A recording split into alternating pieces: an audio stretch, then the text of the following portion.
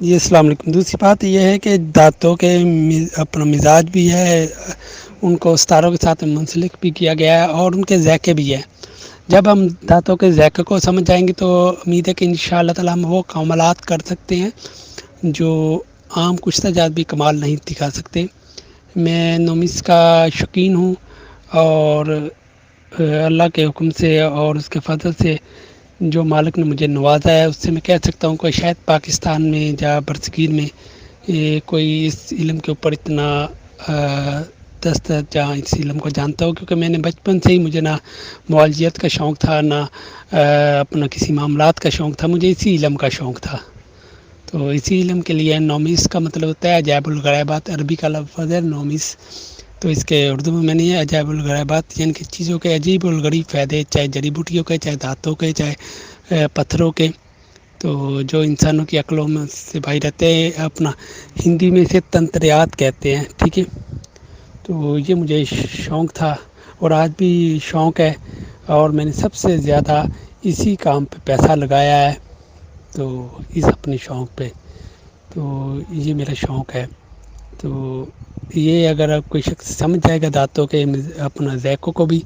تو وہ امید ہے کہ وہ دانتوں سے عجیب الغریب فائدے لے گا، اور میں لیتا ہوں، ایسی بات نہیں ہے۔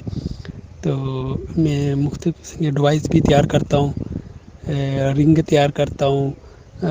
اور کافی چیزیں ہیں جو لوہے ہیں دانتوں کے آپس میں، تو عجیب الغریب فائدے ان کے حاصل ہوتے ہیں۔ تو یہ بھائی اگر ان چیزوں کو سمجھے، میں آخر پہ ایک دو چیزوں کا اشارہ کر کے پھر بھائیوں سے اجازت بھی چاہوں گا کہ اگر زیادہ دانتیں نہیں، صرف یہ دو تین دانتوں کی، آپ نے سنا ہوگا جس میٹھا اور جس کڑوا، چلے میں آپ کو یہی اشارہ کر دیا، لوہا میٹھا اور لوہا کڑوا،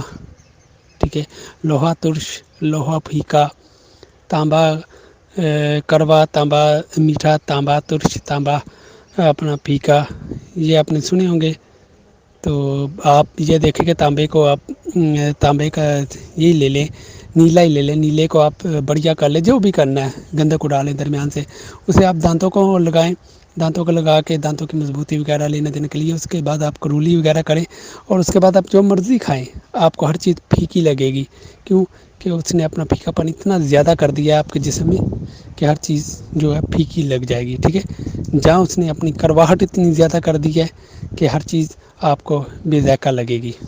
تو یہ آپ نے سوچنا کہ وہ کیا اس نے پھیکا کیا ہے کہ کیا اس نے کرواہٹ اتنی پیدا کر دی ہے۔ تو اس طرح کے کافی مثالیں ہیں، تو پھر انشاءاللہ کبھی موقع ملا تو بیان کریں گے۔ تو نومس میں یہ بھی ہے کہ ایک شخص آپ کے سامنے لیمون کھا رہا ہے تو آپ کے منہ میں کیوں پانی آ رہا ہے، حالانکہ کتنا فاصلہ ہے۔ یہ اس باریکی کو یہ سمجھنا، یہ جو اندر ایک لہریں اٹھ رہی ہیں، انہیں سمجھنا ہی ایک باریکی ہے، اور ان چیزوں کو سمجھنے کے بعد آدمی بہت زیادہ کامیابی کے قریب چلے جاتا ہے۔ بقایا کامیابی ہر چیز مالک کے ہاتھ میں ہے، وہ مالک خالق جس کو چاہے عطا کرے، وہ وحدہ لا شریک اپنے بندوں پہ بڑا ہی مہربان ہے۔ تو یہ کائنات ساری اسی کے لیے، اور اس نے ہی اس کائنات کو مسخر کرنا ہے اس کے حکم کے ساتھ۔ تو مالک رحم فرمائے، کرم فرمائے، ٹھیک ہے جی، اللہ حافظ۔